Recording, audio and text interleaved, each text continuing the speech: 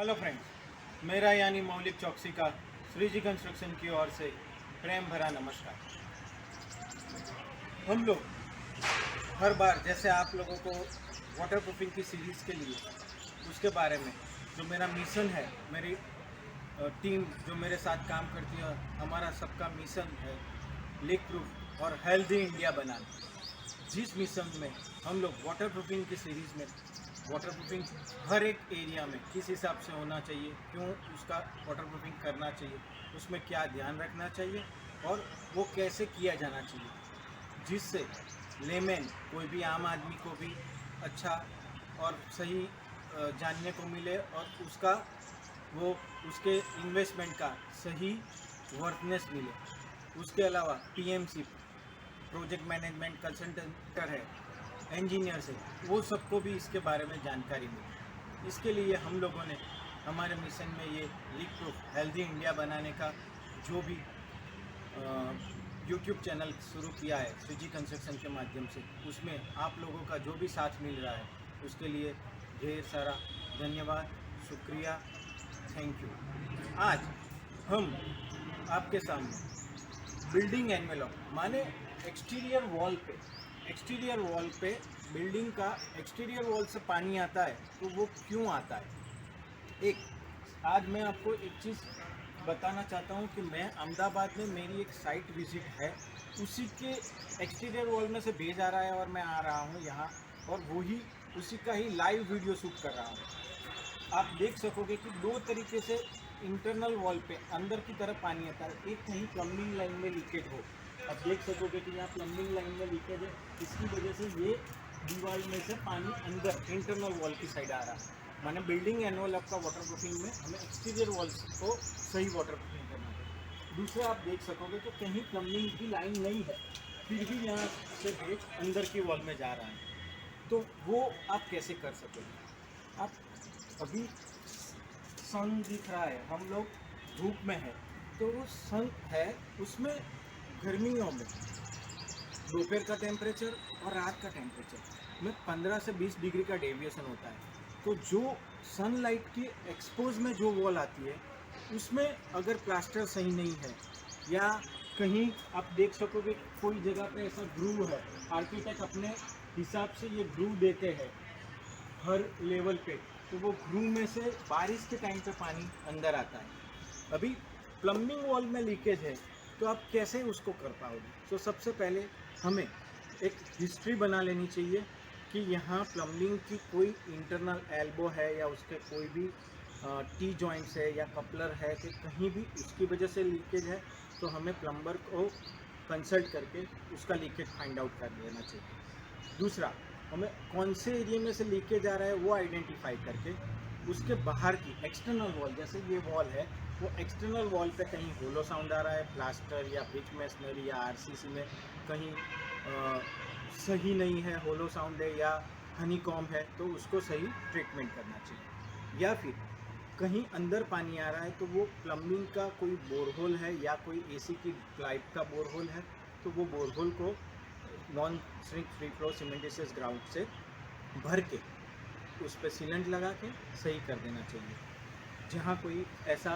Groove आ रहा है तो हमें प्यू सीलेंट लगाना चाहिए। अभी ये जगह पे प्लम्बिंग का आइडेंटिफाई हो जाने के बाद, उसका सॉल्यूशन हो जाने के बाद, हमें अच्छी तरह से जिस एरिया में से भेजा रहा है उसके आसपास के सराउंडिंग 1-2 फुट या पूरी वॉल जितने एरिया में आ रहा है उतना बिल्डिंग की वॉल, उसमें सही चेक करके क्लीनिंग करके, ज़रूरत लगती है तो क्रैक फिलिंग या पॉलीमर मॉडिफाइड मोर्टार से पीएमएम करके, जंक्शन है या ग्रूव है तो ये ग्रूव पे आप जैसे सीलेंट भर दो, उससे पहले पीएमएम कर दो पॉलीमर मॉडिफाइड मोर्टार से, जो भी गैप है उसको फिल कर दो और उसके ऊपर आप यूवी स्टेबल, माने गर्मी में टिके रहे ऐसा UV stable water proofing coating के 3 कोट कर सकते हैं। एग्जिस्टिंग बिल्डिंग ये है इसलिए यहाँ प्राइमर करना ज़रूरी नहीं है।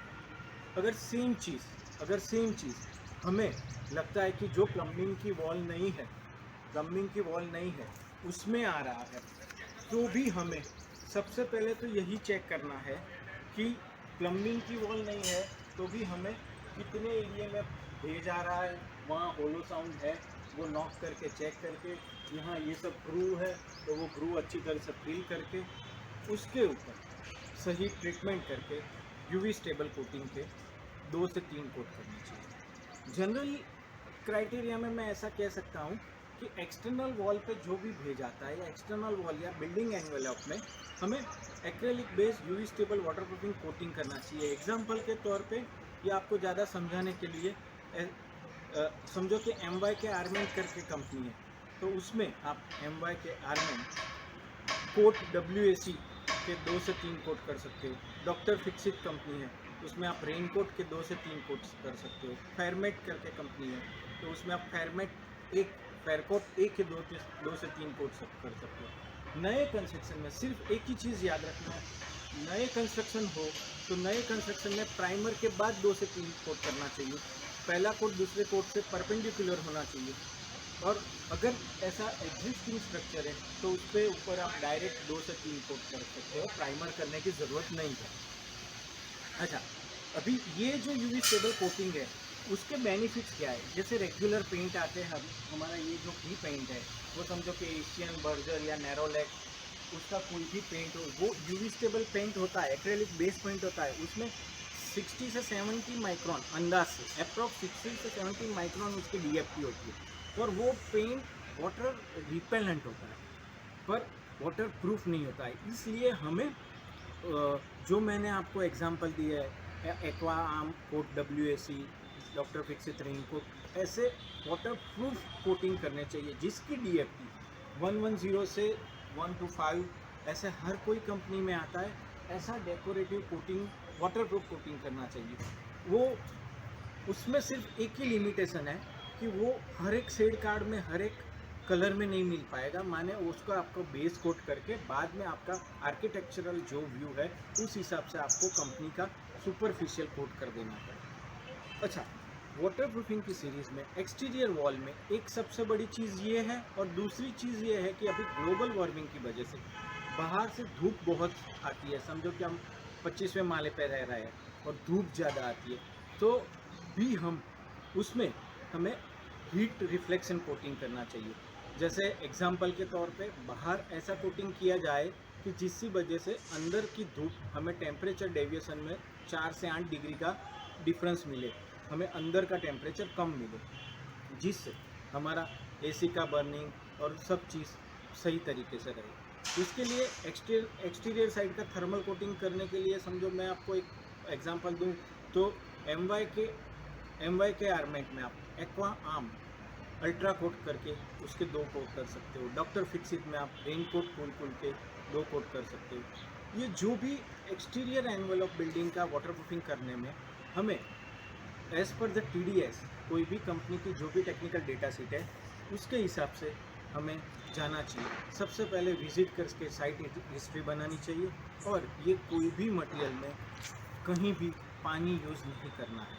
सो हमें इस हिसाब से करने से हमारा पूरा स्ट्रक्चर, ये जो साइट है वो कॉमर्शियल कॉम्प्लेक्स है, एग्जिस्टिंग है, जिसमें लीकेज हुआ है, ऐसी कोई भी रेसिडेंशियल बंगलास या विलास की साइट या फिर इंफ्रास्ट्रक्चर की कोई भी साइट हो तो उस पर हम लोग ऐसा एक्सटीरियर साइड से इंटीरियर में जो भी पानी आ रहा है उसका सॉल्यूशन, या फिर हमको अंदर को हीट ज़्यादा चाहिए तो उसका सॉल्यूशन इस हिसाब से बढ़िया से और श्योर शॉर्ट में ला सकते हैं।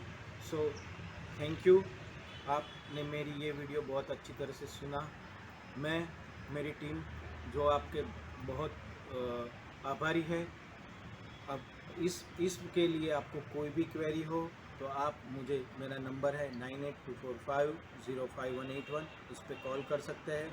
मेरा ईमेल ID है info@srijiwaterproofing.com और मेरी वेबसाइट है www.srijiwaterproofing.com।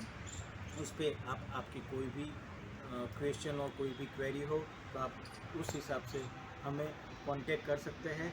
और हमारा ये वाटरप्रूफिंग सीरीज़ का वीडियो देखने के लिए और उसको लाइक करने के लिए, सब्सक्राइब करने के लिए मैं आपसे विनती कर रहा हूँ। और do subscribe the channel Shreeji construction. Thank you. खुश रहे, मस्त रहे, स्वस्थ रहे, पर अस्त व्यस्त न रहे। जय हिंद।